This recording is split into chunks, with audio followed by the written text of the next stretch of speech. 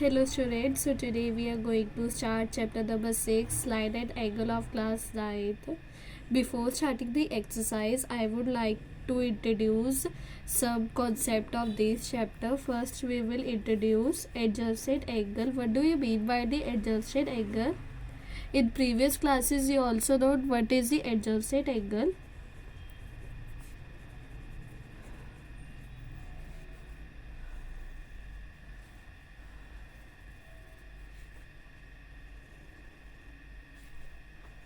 A, B, C, D.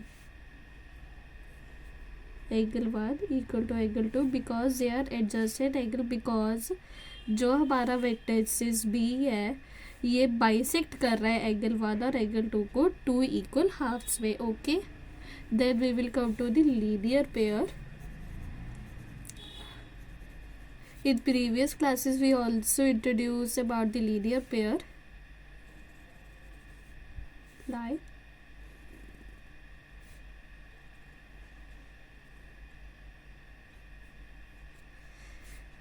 we can say angle 1 plus angle 2 equal to 180 degree because linear pair. Angle 1 plus angle 2 equal to 180 degree. अगर हम इन दोनों की individual value देखें तो इनकी individual value होगी 90 degree. Then we will come to the vertically opposite angle.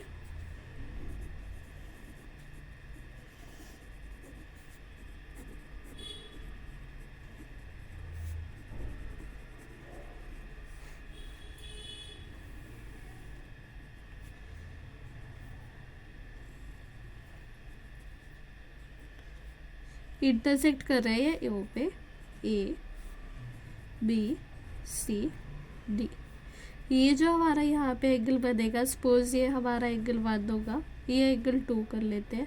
ये vertically opposite है, ये इक्वल हो गया. Angle 1 equal to angle 2 because vertically opposite angle are equal. Because ये एक ही लाइन पे एक दूसरे को काट रहे हैं और इनका जो ये जो जहाँ पे काट रहे हैं वो इनका सेंटर ओ है.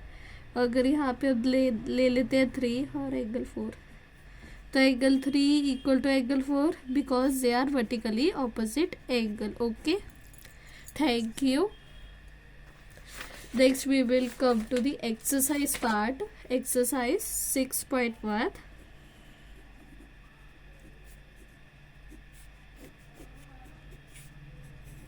First sum of exercise.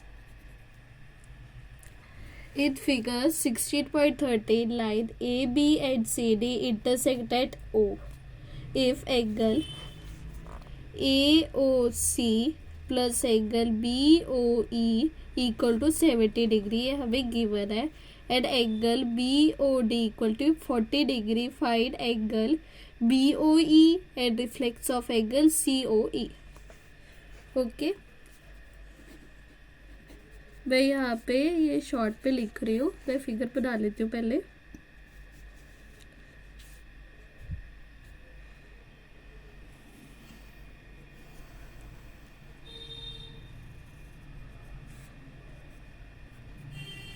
A O C E B D. पहले हमें गिवन पार्ट लिख लेना चाहिए. क्या दिया हुआ है? line AB and CD intersect at O. O पे इंटरसेक्ट कर रहे हैं. If angle AOC plus angle BOE equal to 70 degree and angle BOD equal to 40 degree. To find angle BOE and reflex angle COE.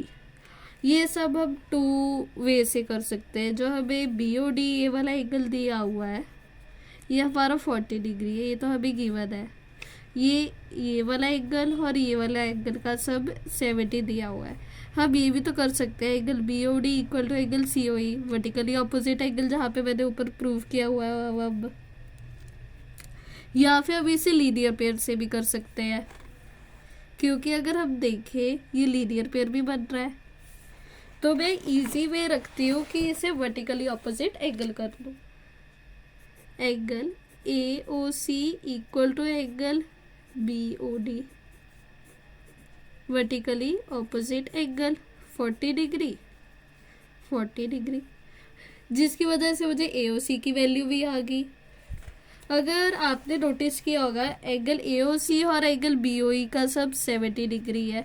AOC का तो मुझे पता चल गया है, इसका 40 डिग्री है। तो अगर हम 70 में से 40 माइनस कर दें तो कितना बचेगा,